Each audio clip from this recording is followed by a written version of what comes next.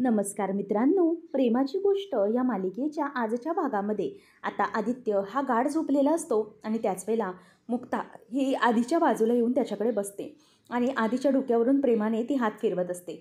आणि मुक्ता ही सहीच्या रूममध्ये असताना सावनी ही दरवाजावर आलेली असते.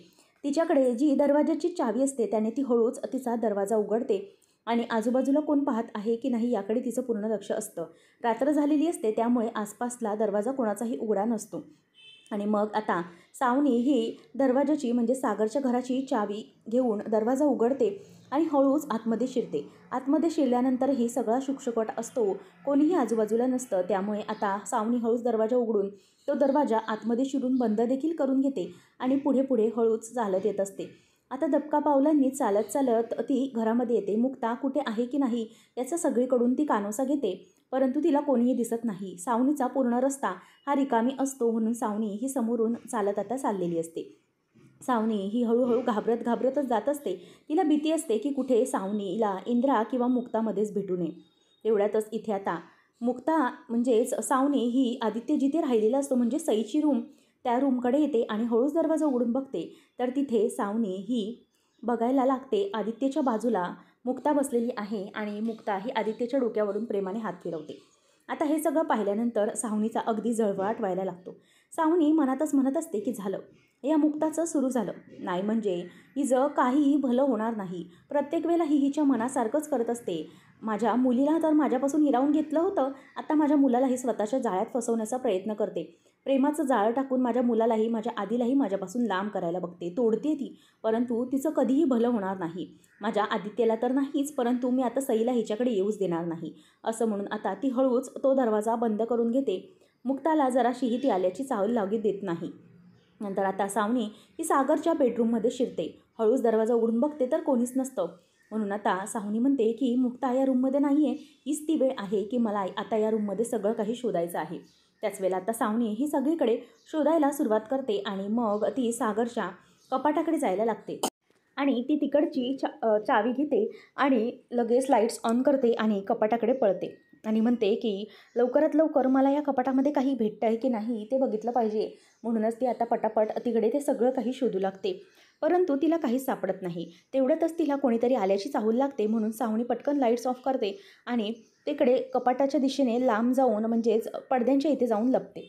आणि पडद्यांच्या इथं जेव्हा जाऊन ती लपते त्यावेळेला मुक्ता तिथे आलेली असते आणि मुक्ता आल्यानंतर आजूबाजूला बघते तर तिला काही संशयास्पद जाणवतं म्हणून ती पुन्हा आता लाईट लावते आणि आरशात बघत असते तर मुक्ताला तिथे पडद्याकडे काहीतरी जाणवतं आणि ती म्हणते की तिकडे कोण आहे. म्हणून मुक्ता मागे वळून बघते आणि वळून बघते तर तिकडे पडद्याकडे तिला थोडासा पडदा असा उघडा राहिल्यासारखा दिसत असतो. म्हणून ती त्या पडद्याच्या दिशेने जात असते. ती तशी जशी येते तसं तसं सावनीला आता खूप भीती वाटत असते आणि सावनी ही खूप आतमधूनच टरकलेली असते.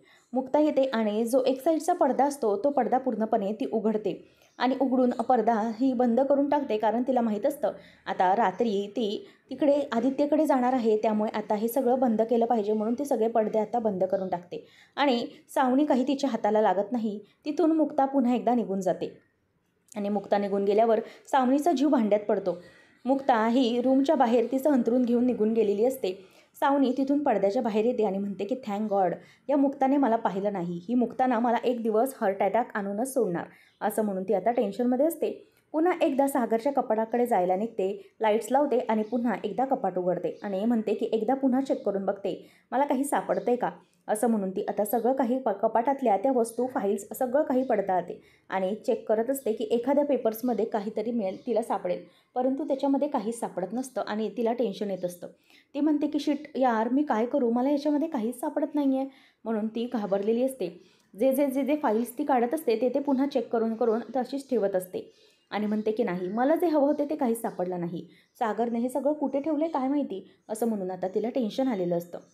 त्यानंतर मग सावनी म्हणते की नाही माझं काम इथे येऊनही एवढं रिस्क घेऊनही आज झालेलं नाही, म्हणून ती काळजीत असते. त्याच वेळेला इथे आता ह्या सगळ्या गोष्टी होत असताना सावनी देवघराजवळ येते तेव्हा तिला दिसते ती म्हणजे एक लाल वस्त्र त्याच्या खाली पिंड असते आणि नंतर बाजूलाच नंदी महाराज ठेवलेले असतात. सावनीच्या लक्षात येतं की मुक्ता सांगत होती की उद्या तरी महाशिवरात्रीची पूजा असणार आहे आणि सईला म्हणून बोलावलेलं होतं आता ते सगळं तिच्या लक्षात येत असतं आणि त्यानंतर मग आता सावनीला फ्लॅशबॅकमध्ये तिचं आणि सागरचं झालेलं लग्नानंतरचा महाशिवरात्रीचा सण आठवतो. त्यावेळेला मग इंद्राने सावनीला ती नंदीची मूर्ती दाखवलेली असते आणि म्हणालेली असते की हे बघ सावने, अगं एक गोष्ट लक्षात ठेव, हे ना आपले नंदी महाराज आहेत. तेव्हा सावनीने त्यांना नमन केलेलं असतं आणि इंद्रा म्हणते की हे बघ सावनी, एक काम करायचं, आपण ना या महाशिवरात्रीमध्ये या नंदीला खूप मान देतो. हा नंदी महाराज आहे आणि याशिवाय आपल्या महादेवाची जी शिवरात्रीची पूजा आहे ना ती पूर्ण होऊ शकत नाही. आणि म्हणूनच आपण महाशिवरात्रीच्या दिवशी हा नंदी अगदी व्यवस्थित पुजतो. ही नंदीची मूर्ती आत्तापर्यंत पिढ्यानुपिढ्या माझ्यापर्यंत चालत आली. आता ही नंदी महाराजाची मूर्ती मी तुला देणार. पुढे जाऊन तुला दर महाशिवरात्रीला या नंदीची पूजा करायची असणार. काही झालं तरी ही प्रथा आपल्याला मोडून द्यायची नाही. जर महाशिवरात्रीच्या पूजेला हा नंदी नसेल ना तर ही महाशिवरात्रीची पूजा अपूर्ण राहिल्यासारखी आहे. काहीतरी अपशकुन घडतो असंच आहे. म्हणूनच या नंदीच्या मूर्तीला आपण खूप महत्त्व दिलेलं आहे. लक्षात घे, काही झालं तरीही या पूजेला हा नंदी असलाच पाहिजे. त्याशिवाय पूजा ही पूर्ण होणारच नाही. म्हणून या नंदीला मी अगदी जीवापाड जपलेला आहे. तसंच तुलाही जपायचं आहे. आपल्या पूर्वजांना हा नंदी सापडला, त्यानंतर आता आपल्यापर्यंत येऊन पोचला, तर आपल्याला पण त्याची काळजी घेतली पाहिजे असं सावनीला ती सांगत असते. तेव्हा सावनी म्हणते की हो मम्मी, काळजी नका करू तुम्ही, मी ही पूजा करेन आणि हा नंदी महाराजाची मूर्ती अगदी मी व्यवस्थित जपेन. तेव्हा मग आता सावनीला जे इंद्राचं बोलणं असतं ते आठवतं आणि सावनी ही त्या नंदी महाराजाची मूर्ती इंद्राकडून आपल्या हातात घेते आणि घेतल्यानंतर इंद्रा ही तिच्याकडे आनंदाने बघत असते. आता हा सगळा फ्लॅशबॅकमधला सीन सावनीला आठवतो आणि सावनी विचार करते की येस, मला ज्या वेळेला या बाईने सांगितलं होतं की ही मूर्ती आहे ही खूप महत्त्वाची आहे, म्हणजे काही नाही तरी ही मूर्ती तरी माझ्या हाती लागू शकते. कारण आता मला जे हवं होतं ते तर मला मिळालं नाही, परंतु मुक्ताच्या आयुष्यात वादळ आणण्याचं काम हे मी नक्कीच करू शकते. आणि म्हणूनच ही जी काही मूर्ती आहे ना, ही मूर्ती मी घेऊन जाते, जेणेकरून हिच्या पूजेमध्ये अडथळा येणार आणि तिची पूजा पूर्णच होऊ शकणार नाही. म्हणून आता सावनी विचार करते की ही आता मूर्तीच आज मी घेऊन जाते. म्हणून ती आता विचार करत तिथेच उभी असते. तेवढ्यातच मुक्ता ही पाण्याची बाटली घेऊन बाहेर येते, कारण तिला तहान लागलेली असते आणि सावनी ही तिथे हळूच लपते. मुक्ता ही पाण्याची बाटली भरून घेत असते. त्याच वेळेला सावनीला खूप टेन्शन आलेलं असतं. सावनी ही तिथून लपलेली असते. मुक्ता कधी जाते याचा विचार सावनी करत असते, परंतु सावनी म्हणत असते की मुक्ता, माझ्या हाताला जी काही गोष्ट लागली ना त्यानंतर तुझं आयुष्य हे पूर्णपणे पालटून जाणार आहे. आता काय होणार आहे ते तुलाच बघावं लागेल, कारण तू या सगळ्यांमुळे तुला खूप जास्त त्रास होणार आहे. असं सगळं आता ती सावनी मनातल्या मनातच म्हणत असते आणि खूप खुश होत असते. त्यानंतर आपल्याला पाहायला मिळतं की मुक्ता ही हळूच पाण्याची बाटली घेऊन तिच्या रूमकडे निघून गेलेली असते, परंतु सावनी तिथे आहे हे तिला जराही समजलेलं नसतं. सावनी ही मुक्ता निघून गेल्यावर हळूच दरवाजाच्या बाहेर येते. दरवाजा हा ओढून घेते आणि दरवाजा बंद करून टाकते, कारण तिला माहीत असतं जराही तिला कुठलाही प्रकारचा संशय मागे ठेवायचा नसतो. म्हणून ती हळूच दरवाजा बंद करून घेते आणि अशा प्रकारे सावनी ही कोळींच्या घरातून बाहेर पडलेली असते.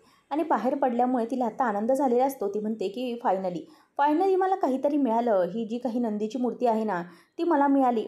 आता या नंदीच्या मूर्तीशिवाय महाशिवरात्रीची पूजा तुझी कशी होते ना मुक्ता, मला तेच बघायचं आहे, असं म्हणून ती आता जरा खुश झालेली असते. आणि ती मूर्ती आता ती तिकडून घेऊन जाण्याचं, हॉटेलमध्ये जाण्याचे ठरवते.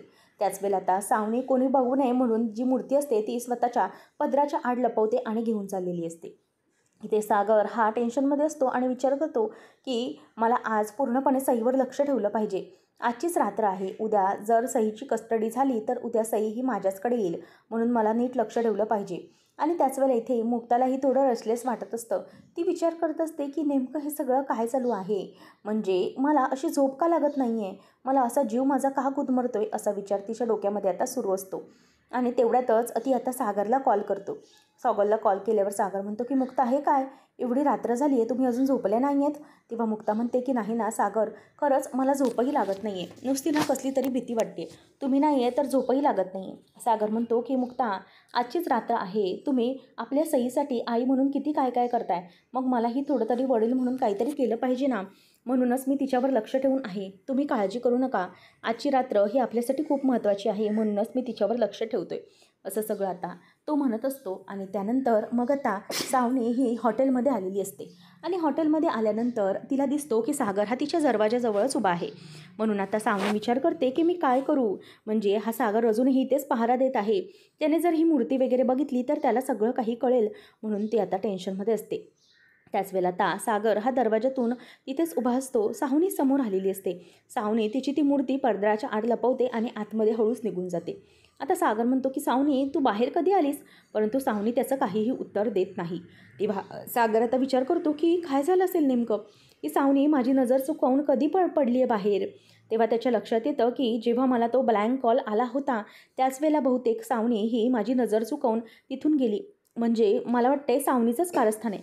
तर आता तो विचार करतो की मुक्ताच्या हे कानावर घातलं पाहिजे आणि तिच्या कानावर घालूनच मला हे सगळं बघितलं पाहिजे, काही प्रॉब्लेम तर नाही ना. त्यावेळेला मग आता सावनी ही थोड्या वेळासाठी बाहेर पडली होती हे सागर आता मुक्ताच्या कानावर घालतो आणि मुक्ताला खूप काळजी वाटत असते. आता सागर म्हणतो की मुक्ता सगळं तिथे व्यवस्थित तर आहे ना? तेव्हा मुक्ता म्हणते की हो सागर सगळं नीट आहे, परंतु त्या सावनीचं काही सांगता येत नाही म्हणून आपण जरा सावध राहिलं पाहिजे. आणि सागर म्हणतो की मुक्ता तुम्ही आराम करा, मी आहे इथे लक्ष द्यायला, तुम्ही स्वतःची तब्येत जपा असं म्हणून आता ते दोघंही एकमेकांना समजावतात. आणि सावनी ही फायनली तिच्या रूममध्ये शिरलेली असते आणि म्हणते की फायनली मी सागरच्या तावडीतून सुटून इथपर्यंत आले. आता तिच्या पदरामधून नंदी महाराजची मूर्ती बाहेर काढते आणि म्हणते की ही मूर्ती मी चोरून इथे आणली तर आहे, परंतु मला याचा काही त्रास तर नाही ना होणार? म्हणजे मला देव काही शिक्षा वगैरे नाही ना देणार? नाही, मला काही शिक्षा मिळू शकणार नाही, कारण मी काही कोणाचं वाईट केलेलं नाही आहे. जर काही शिक्षा मिळायचीच असेल ना तर त्या कोळी कुटुंबाला मिळेल, त्यांचीच पूजा आहे ना ही. मी तर असं काहीच चुकीचं केलेलं नाही आहे, त्यामुळे मलाही काही शिक्षा मिळणारच नाही असं सावनी ही स्वतःचंच मन अगदी शांत करत असते, कारण तिला आतून माहीत असतं की तिने खूप मोठी चूक केली आहे. तेवढ्यातच आता ती जी मूर्ती असते नंदी महाराजाची, ती मूर्ती आता ती स्वतःच्या हॉटेलच्याच रूमच्या टेबलवर ठेवते. आणि त्यानंतर आपल्याला पाहायला मिळतं की इकडे इंद्रा ही खूपच खुश असते. सई आल्यामुळे सगळेजण आनंदामध्ये असतात आणि इंद्रा ही सईला ओवाळत असते आणि म्हणत असते की माझी मुलगी आली असं म्हणून तिला आता कुंकू वगैरे लावत असते. सगळेजण बघत असतात आणि खुश असतात. त्यावेळेला इथे आता मुक्ताला बघतच इंद्रा म्हणते की दृष्ट नको लागो माझ्या बायला, माझी गुणाची बाय ती, माझी गुणाची सून ती असं म्हणून तिची ती दृष्ट काढत असते. त्याच वेळेला आता सई म्हणत असते की मुक्ताईला तू असं प्रेमाने बोलत आहेस तर मग तू मला काय बोलशील? तेव्हा मग ती म्हणायला लागते की अगं तू तर माझी मांदेली आहेस, मांदेली. नाही, माझी मांदेली नाहीस अगं, तू माझी चिंबोरी आहेस, चिंबोरी. खरंच आपल्या घराची शान आहेस तू, सई बाळा शान. तू नव्हतीस तर घर अगदी खायला उठलं होतं. अगं घरामध्ये चिमण्या कशा असतात तशी तू आहेस. आपण कसं खिडकीमध्ये चिमण्यांचा किलबिलाट ऐकलं की आपल्याला आनंद होतो आणि सगळं अगदी घर प्रसन्न होऊन जातो, तसंच आहे तुझ्या बाबतीत बाळा. तू या घरामध्ये नाही आहेस ना तर तुझा किलबिलाट सगळं काही बंद आहे आणि घरामध्ये पूर्णपणे शांतता पसरलेली आहे. परंतु आता तू घरामध्ये आलीस ना की आपलं घर पुन्हा हस्तखेलतं होणार, पुन्हा आपल्या घरामध्ये पहिल्यासारखाच आनंद पसरणार. आणि तुला माहिती आहे तू ना या घरची भाग्यलक्ष्मी आहेस, भाग्यलक्ष्मी. घरात आलीस तेव्हापासून सगळ्यांना खूप चांगलं वातावरण मिळालं आहे, सगळेजण खूप आनंदात आहेत, त्यामुळे वाईट वाटून घेऊ नको. तू आणि सगळेजण खूपच आनंदामध्ये राहणार आहेत. त्यावेळेला ती म्हणते की आजी तुला माहिती आहे का, मी ना तिला खरंच खूप मिस केलं, मला तुझी खूप आठवण येत होती. तेव्हा मग आता इंद्रा म्हणते की हो गं बाला, मीने पण तुला खूप मिस केलं, मला पण तुझी खूप आठवण येत होती. मग सई विचारते की अगं आजी मला सांग की स्वाती आत्तू आणि लकी काका कुठे आहे? तेव्हा मग इंद्रा सांगते की अगं तुला काय सांगू, लकी काका गेलाय तुझ्यासाठी तुझ्या आवडीचं आईस्क्रीम आणण्यासाठी आणि तुझ्या आवडीचे चॉकलेट आणण्यासाठी. आणि स्वाती आत्तू आहे तुझ्यासाठी काय आणायला गेली माहिती आहे? तुझ्यासाठी ती खेळणी आणायला गेली आहे. मग माझ्या सईला खूप आनंद होणार ना इतकी खेळणी आणि इतका सगळा खाऊ बघितल्यानंतर. म्हणूनच तुला आनंदी राहण्यासाठी, तू इथे आल्यावर खुश राहण्यासाठी म्हणून आत्तू आणि काका ते सगळं आणायला गेलेत.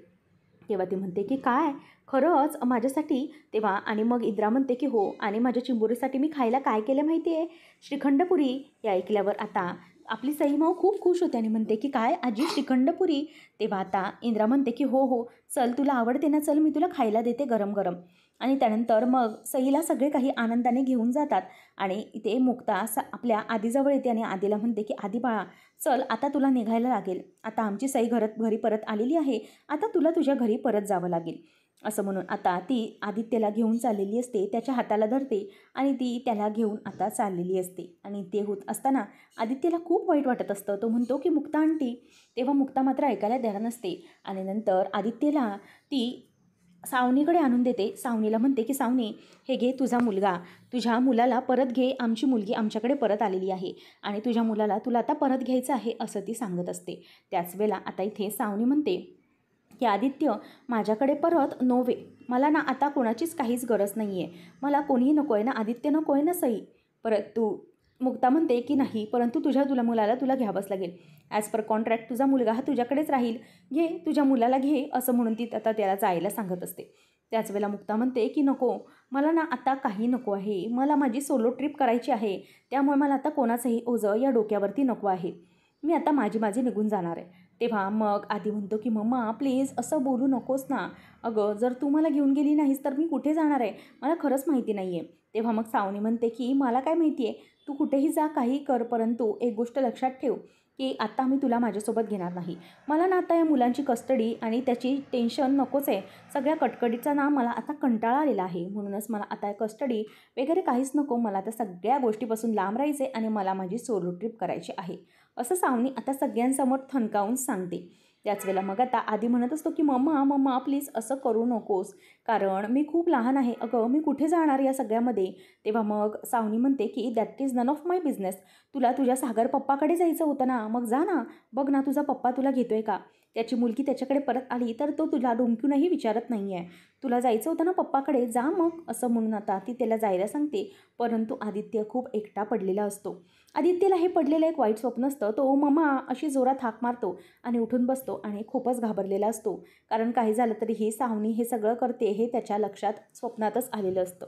त्यानंतर आपल्याला पाहायला मिळतं मिहीर हा त्याच्या बेडरूममध्ये वाचन करत बसलेला असतो. तेवढ्यातच तिथे आता कोमल येते आणि कोमलला येताना पाहून मिहीरला थोडंसं ऑकवर्ड वाटत असतं आणि ज्या प्रकारे कोमल त्याच्यासमोर येऊन उभी राहते दरवाजात, ती वेगळ्याच प्रकारचे काहीतरी संकेत देण्याचा प्रयत्न करत असते, परंतु मिहीर मात्र गपचूप बसलेला असतो, तो काहीच करत नाही. त्यावेळेला कोमल तिथे येते आणि कोमल ही मिहीरकडे हसतच बघत असते. त्याच वेळेला आता मिहीर हा पटकन तिथून थोडासा बाजूला होतो. कोमल ही त्याला तिथेच थांबवते आणि त्याच्या खांदा लावूनच तो जे काही वाचतोय ना ते ती बघत असते आणि मिहीर ते नोटीस करतो आणि मिहीर स्वतः थोडासा बाजूला होतो.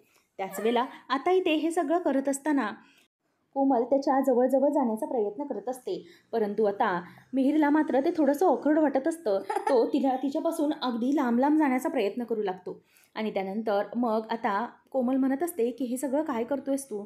तेव्हा तो म्हणतो की एक काम कर, मी ना वाचन करायचं आहे तर मी जरा बाजूला जाऊन बसतो, मी बाहेर जातो, तू एक काम कर, तू इथे वाच, इथे झोप, म्हणजे कसं आहे ना लाईट चालू पण राहणार नाहीत आणि तुझी झोपही मोड होणार नाही, म्हणून मी इकडे जातो, असं आता तो म्हणत असतो. त्याच वेळेला तो निघून जात असताना कोमल त्याचा हात धरते आणि त्याला थांबवण्याचा प्रयत्न करते आणि म्हणते की थांब, इथेच वाच. तेव्हा तो म्हणतो तसं नाही गं, काय ना इथे लाईट्स चालू राहिले तर प्रॉब्लेम होईल ना उगाच, म्हणूनच म्हटलं तू झोप शांत, मी जातो, मला जरा वाचायचं आहे.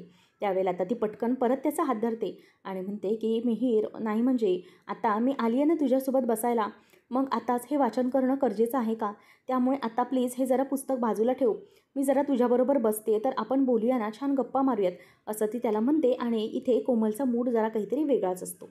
मात्र इथे सावनीचं सगळं टेन्शन आठवून इथे मुक्ताला काही भीती वाटत असते. मुक्ता घामाघूम होत असते, तिला ना या सगळ्याचं खूप काळजी वाटत असते की नेमकं आता पुढे काय होईल याची भीती तिला वाटत असते. त्यामुळे मुक्ता आता विचार करत असते, या कुशीवरून त्या कुशीला नुसती करत असते, परंतु तिला झोप मात्र गाढ लागत नसते. म्हणून ती पटकन उठते, तिचा घाम पुसते आणि नंतर म्हणते की काय चाललंय हे सगळं, आणि तिला पुन्हा एकदा सईमाऊची आठवण यायला लागते. कशाप्रकारे मुक्ता ही सईमाऊला तिची शाळेची तयारी करून द्यायची, स्कूलमध्ये जात असताना तिच्या ती वेण्या घालून द्यायची आणि त्यानंतर मग सई कशाप्रकारे मुक्ताकडून ब्रश करून घ्यायची, ते सगळं काही आता तिला आठवत असतं. आणि ते आठवून आता तिला गालावर गोल अशी स्माईल येत असते.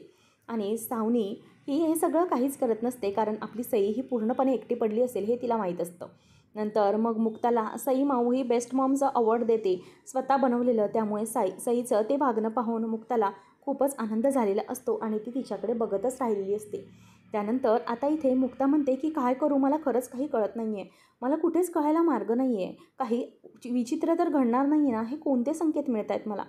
त्यानंतर मग जी खाली फ्रेम पडलेली असते ती फ्रेम पडलेलं तिला आठवतं, कारण त्यामध्ये मुक्ता आणि सईचा फोटो असतो आणि त्या फोटोला तडा गेलेला असतो आणि सई घाबरलेली असते की मुक्ता ही काही चुकीचं तर घडणार नाही ना, आपल्या दोघींच्या या फोटोमध्ये क्रॅश गेली आहे, आपण दोघं वेगळं तर होणार नाही ना, असं सई माऊने तिला विचारायची. तेव्हा मग मुक्ता म्हणते की नाही बेटा, असं काही होणार नाही आहे, काळजी करू नको.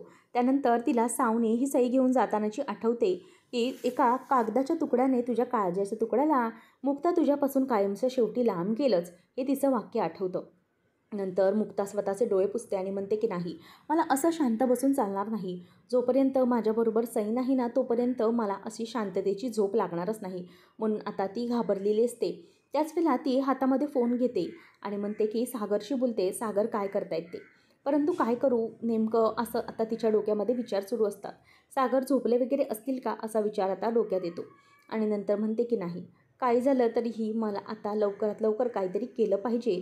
आणि जोपर्यंत सई माझ्याकडे येणार नाही तोपर्यंत माझ्या डोक्यावर ही टांगती तलवार तशीच राहणार आहे. आणि त्यासाठी मला काहीतरी केलं पाहिजे. मला असं का वाटतंय की काहीतरी अपशकुन होणार आहे, काहीतरी चुकीचा संकेत का मिळतोय.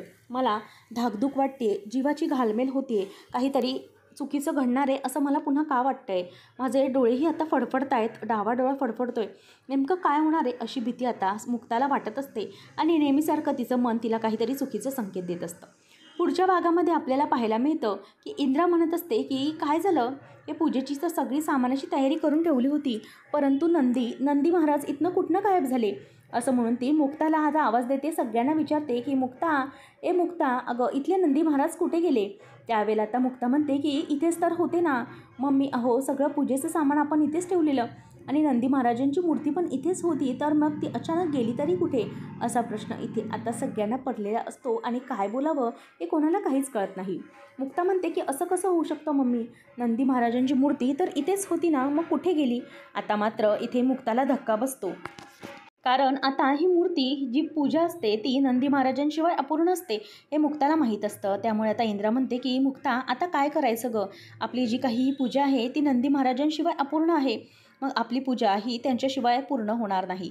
नक्की नंदी महाराज कुठे गायब झाले असतील असा प्रश्न आता मुक्ताला इंद्रा विचारते. तेव्हा काय बोलावं ते मुक्ताला काहीच कळत नसतं. परंतु इथे तिचा जो काही डोळा फडफडत असतो त्याचा संदर्भ तिला लागलेला असतो. आता नंदी महाराजांना मुक्ता कशी शोधेल हे पाहणं रंजक ठरेल. अशाच अपडेट्ससाठी चॅनलला